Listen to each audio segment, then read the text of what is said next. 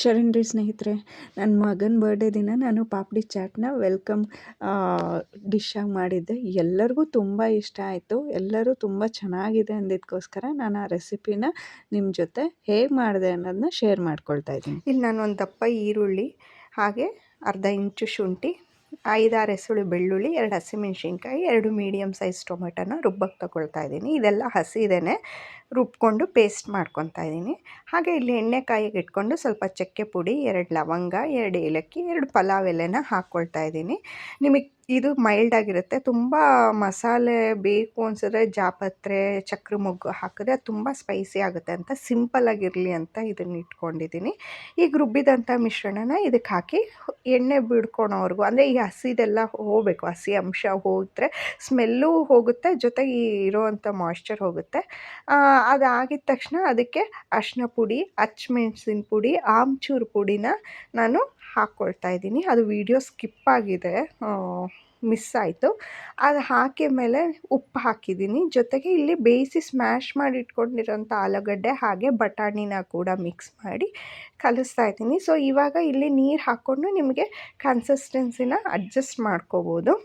So ಎಲ್ಲ ಇದು ಒಂದಕ್ಕೊಂದು ಚೆನ್ನಾಗಿ ಹೊಂದ್ಕೋಬೇಕು. ಹೊಂದ್ಕೊಂಡಾಗಿ ಮೇಲಿಂದ ಸ್ವಲ್ಪನೇ ನಾನು ಗರಂ ಮಸಾಲ ಪುಡಿ ಮತ್ತು ಮೇಲೆ ಕೊತ್ತಂಬರಿ ಸೊಪ್ಪು, ಕಸೂರಿ ಮೇಥಿನ ಹಾಕ್ತಾಯಿದ್ದೀನಿ. ಲಾಸ್ಟಲ್ಲಿ ಗರಂ ಮಸಾಲಾನ ಹಾಕ್ತೀನಿ. ಯಾವಾಗಲೂ ಅಷ್ಟೇ, ಗರಂ ಮಸಾಲ ನಾವು ಆಲ್ಮೋಸ್ಟ್ ಎಲ್ಲ ಕುಕ್ ಆಗಿದೆ ಅಂದಮೇಲೆ ಹಾಕಿದ್ರೆ ಅದ್ರ ಫ್ರೇಗ್ನೆನ್ಸ್ ತುಂಬ ಚೆನ್ನಾಗಿ ಬಿಟ್ಕೊಳುತ್ತೆ. ಸೊ ನಮ್ಮ ಪಾಪಡಿ ಚಾಟಿಗೆ ಬೇಕಾಗಿರೋವಂಥ ಮೇಲ್ಗಡೆ ಮಸಾಲೆ ಏನಿದೆಯಲ್ಲ ಅದು ರೆಡಿಯಾಗಿದೆ. ಸೊ ಇವಾಗ ಪಾಪಡಿ ಹೇಗೆ ಮಾಡೋದು ಅಂತ ನೋಡೋಣ ಬನ್ನಿ. ಸೊ ಇಲ್ಲಿ ಮೈದಾ ಹಿಟ್ಟಿಗೆ ನಾನು ರುಚಿಗೆ ತಕ್ಕಷ್ಟು ಉಪ್ಪು ಹಾಕಿ ಅಜ್ವಾಯಿನ್ ಅಥವಾ ಓಂಕಾಳು ಏನಂತೀವಲ್ಲ ಅದನ್ನು ಹಾಕಿದ್ದೀನಿ. ಸ್ವಲ್ಪ ಎಣ್ಣೆನ ಕಾಯಿಸ್ಕೊಂಡು ನಾವು ಈ ರೀತಿ ಹಾಕ್ಕೋಬೇಕಾಗುತ್ತೆ, ಯಾಕೆಂದರೆ ಕ್ರಿಸ್ಪ್ನೆಸ್ ಬರೋದಕ್ಕೋಸ್ಕರ. ಸೊ ಇದು ಎಷ್ಟು ಮಟ್ಟಿಗೆ ಹಿಟ್ಟು ಹದವಾಗಿದೆ, ಕರೆಕ್ಟಾಗಿದೆ ಅಂದರೆ ನಾವು ಈ ಥರ ಚೆನ್ನಾಗಿ ಫಸ್ಟು ಆ ಕಾದಿರೋ ಎಣ್ಣೆಯಲ್ಲೇ ಎಲ್ಲ ಹಿಟ್ಟನ್ನು ಮಿಕ್ಸ್ ಮಾಡ್ಕೋಬೇಕು. ಸೊ ಇದನ್ನು ಮಾಡ್ಕೊಳೋದ್ರಿಂದ ಏನಾಗುತ್ತೆ ಅಂದರೆ ನಿಮಗೆ ಹಗುರವಾಗಿ ಬರುತ್ತೆ ಪಾಪಡಿ, ತುಂಬ ಚೆನ್ನಾಗಿರುತ್ತೆ. ಸೊ ನೀವು ಈ ರೀತಿ ಉಂಡೆ ಕ್ರಂಬಲ್ ಮಾಡಿದಾಗ ಈ ರೀತಿ ಉಂಡೆ ಆಗಬೇಕು. ಸೊ ಇದು ಇವಾಗ ಕರೆಕ್ಟ್ ಇದೆ ಅಂತ ನೋಡಿ, ಮುಷ್ಟಿ ಕಟ್ಟಿದಾಗ ಉಂಡೆ ಫಾರ್ಮ್ ಆಗುತ್ತೆ, ನೋಡ್ತಾ ಇರ್ಬೋದು ನೀವು. ಹೀಗೆ ಮಾಡೋದ್ರಿಂದ ತುಂಬ ಚೆನ್ನಾಗಿ ಬರುತ್ತೆ. ಮನೆಯಲ್ಲೇ ಮಾಡ್ಕೋಬೋದು, ತುಂಬ ಈಸಿ. ಪಾಪಡಿನ ಮಾಡಿಟ್ಕೊಂಡು ಎಷ್ಟು ದಿನ ಬೇಕಾದರೂ ನೀವು ಸ್ಟೋರ್ ಮಾಡ್ಕೋಬೋದು. ಬೇಕಾದಾಗ ಮಸಾಲೆ ಮಾಡಿಕೊಂಡು ನೀವು ಸರ್ವ್ ಮಾಡ್ಬೋದು. ಸೊ ಈಗೆಲ್ಲ ಎಣ್ಣೆನೂ ಇದ್ರ ಜೊತೆ ಫಸ್ಟು ಮಿಕ್ಸ್ ಮಾಡಿದ್ದೀನಿ. ಸೊ ಇಲ್ಲಿ ಮಾಡಿದಾಗ ನೀವು ಮುಷ್ಟಿ ಕಟ್ಟಬೇಕು. ಮುಷ್ಟಿ ಕಟ್ಟಿದಾಗ ನೋಡಿ ಈ ರೀತಿ ಉಂಡೆ ಆಗಬೇಕು. ಇದಾದರೆ ಹದವಾಗಿದೆ ಅಂತ. ಆಮೇಲೆ ಸ್ವಲ್ಪನೇ ನೀರು ಹಾಕ್ಕೊಳ್ತಾ ನೀವು ಚಪಾತಿ ಹಿಟ್ಟಿನ ಹದಕ್ಕೆ ಈ ಮಿಶ್ರಣನ ಕಲಿಸ್ಕೋಬೇಕು.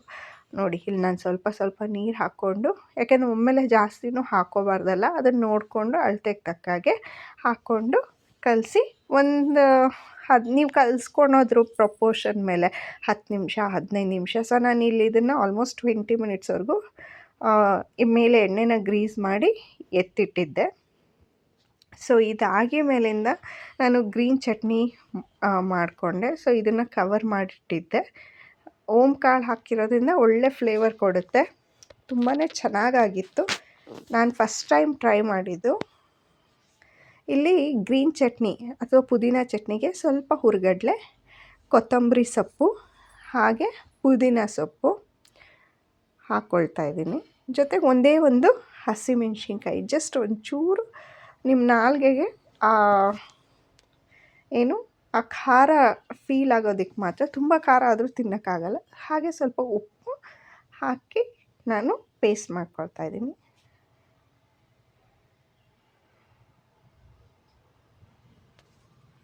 ಇನ್ನು ನಮ್ಮ ಗ್ರೀನ್ ಚಟ್ನಿ ರೆಡಿಯಾಗಿದೆ. ಇನ್ನು ಒಂದು ಸರ್ವಿಂಗ್ ಬೌಲ್ಗೆ ನಾನು ಸರ್ವ್ ಮಾಡ್ಕೊತಾ ಇದ್ದೀನಿ.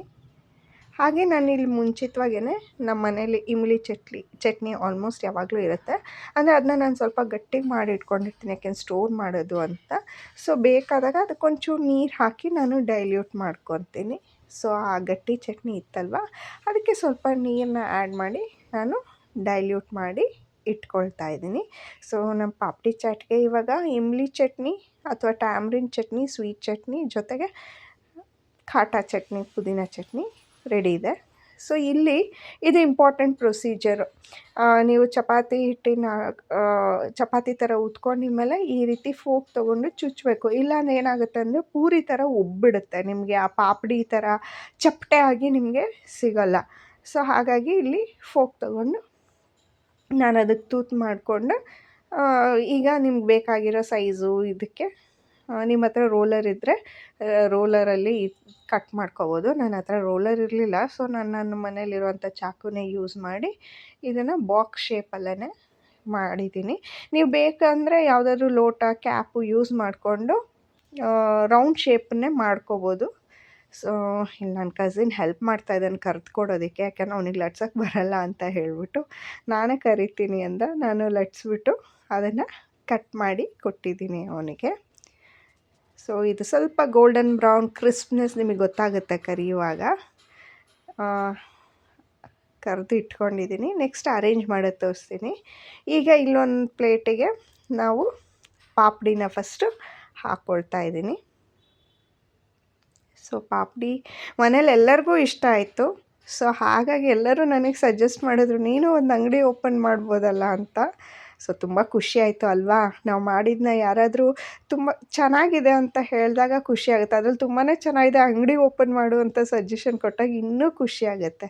ಸೊ ಅದ್ರ ಮೇಲೆ ಮಾಡಿಟ್ಕೊಂಡಿರೋಂಥ ಮಸಾಲೆನ ಹಾಕ್ತಾಯಿದ್ದೀನಿ. ಸೊ ಇದು ಮಸಾಲೆ ಪುರಿ ಥರ ಅಲ್ಲ, ಜಸ್ಟ್ ಅದ್ರ ಮೇಲೆ ಸ್ವಲ್ಪನೇ ಮಸಾಲೆ ಸಾಕಾಗುತ್ತೆ, ತುಂಬ ಬೇಕು ಅನಿಸಲ್ಲ. ಈಗ ಮಸಾಲೆ ಪುರಿಗಾದರೆ ಸ್ವಲ್ಪ ನಮಗೆ ಸೋಕಿಂಗ್ ಆಗಿರಬೇಕು ಅನಿಸುತ್ತೆ, ಇದಕ್ಕೇನು ಹಾಗೆ ಬೇಡ. ಸೊ ಮೇಲೆ ಇದಕ್ಕೆ ಮಸಾಲೆ ಹಾಕಾಗಿದ್ಮೇಲೆ ಒಂದೊಂದೇ ಐಟಮ್ಸ್ನ ಆ್ಯಡ್ ಮಾಡ್ತಾ ಹೋಗ್ತೀನಿ. ಸೊ ಇಲ್ಲಿ ಕರ್ಡ್ ಅದ್ರ ಟೇಸ್ಟ್ನ ಎನ್ಹ್ಯಾನ್ಸ್ ಮಾಡೋದಕ್ಕೋಸ್ಕರ ಕರ್ಡ್ನ ಯೂಸ್ ಮಾಡ್ತಾಯಿದ್ದೀನಿ. ಆಮೇಲೆ ಅದು ಕ್ರೀಮಿ ಟೆಕ್ಸ್ಚರ್ ಕೊಡುತ್ತೆ, ತಿಕ್ನೆಸ್ ಇರೋದ್ರಿಂದ ತುಂಬಾ ಚೆನ್ನಾಗಿರುತ್ತೆ, ಒಳ್ಳೆಯದು ಕೂಡ. ಹಾಗೆ ಇಲ್ಲಿ ನಾನು ಮಾಡಿ ಇಟ್ಕೊಂಡಿರೋವಂಥ ಗ್ರೀನ್ ಚಟ್ನಿ ಇದೆ. ಸೊ ಗ್ರೀನ್ ಚಟ್ನಿ ಆ್ಯಡ್ ಮಾಡಾಗಿ ಮೇಲಿಂದ ನಾನು ಟ್ಯಾಮ್ರಿನ್ ಚಟ್ನಿ ಅಥವಾ ಸ್ವೀಟ್ ಚಟ್ನಿ ಅಂತೀವಲ್ಲ ಅದನ್ನು, ಈ ಸ್ವೀಟ್ ಚಟ್ನಿ ಮಾಡಿರೋದು ನನ್ನ ಕಳೆದ ಶಾರ್ಟ್ಸಲ್ಲಿ ವೀಡಿಯೋದಲ್ಲಿದೆ, ನೀವು ಬೇಕು ಅಂದರೆ ಚೆಕ್ ಮಾಡ್ಕೋಬೋದು. ನಿಮಗೆ ಸಿಗಲಿಲ್ಲ ಅಂದರೆ ಕಮೆಂಟ್ಸ್ ಮೂಲಕ ತಿಳಿಸಿ, ನಾನು ಮತ್ತೆ ವೀಡಿಯೋನ ಅಪ್ಲೋಡ್ ಮಾಡ್ತೀನಿ. ಅದಾಗಿದ್ಮೇಲೆ ಚಾಪ್ ಮಾಡಿಟ್ಕೊಂಡಿರೋ ಅಂಥ ಈರುಳ್ಳಿ, ಕೊತ್ತಂಬರಿ ಸೊಪ್ಪು ಹಾಗೆ ಟೊಮೊಟೊನ ಹಾಕ್ತೀನಿ. ಸೊ ಇದಾಗಿತ್ತು ನನ್ನ ಪಾಪಡಿ ಚಾಟಿನ ರೆಸಿಪಿ. ನೋಡಿ ಹಾಗೆ ವಿಡಿಯೋ ನೋಡೋ ಬದಲು ಸಬ್ಸ್ಕ್ರೈಬ್ ಮಾಡ್ಕೊಂಡು ನೋಡಿ ಅಂತ ನಿಮ್ಮಲ್ಲಿ ಕಳಕಳಿಯ ವಿನಂತಿ ಮಾಡ್ಕೊಳ್ತೀನಿ. ಜೊತೆಗೆ ಹೇಗಿತ್ತು ಅಂತ ಕಮೆಂಟ್ ಮಾಡಿ, ಹೀಗೆ ನನ್ನ ವೀಡಿಯೋಸ್ನ ಸಪೋರ್ಟ್ ಮಾಡ್ತಾಯಿರಿ ಅಂತ ಕೇಳ್ಕೊಳ್ತೀನಿ. ನೋಡಿ ಇದು ಮನೆಯಲ್ಲೇ ಇಲ್ಲಿ ಕಂಪ್ಲೀಟ್ A to Z ಮನೆಯದೇ ಐಟಮ್ ಆಗಿತ್ತು. ನಾನು ಮಿಕ್ಸ್ಚರ್ ಹಾಕೋ ಬದಲು ಕರ್ದ ಅವಲಕ್ಕಿ ಹಾಕಿದ್ದೀನಿ. ಸೊ ರೆಸಿಪಿ ಹೇಗಿತ್ತು ಅಂತ ನನಗೆ ತಿಳಿಸಿ. ಧನ್ಯವಾದಗಳು.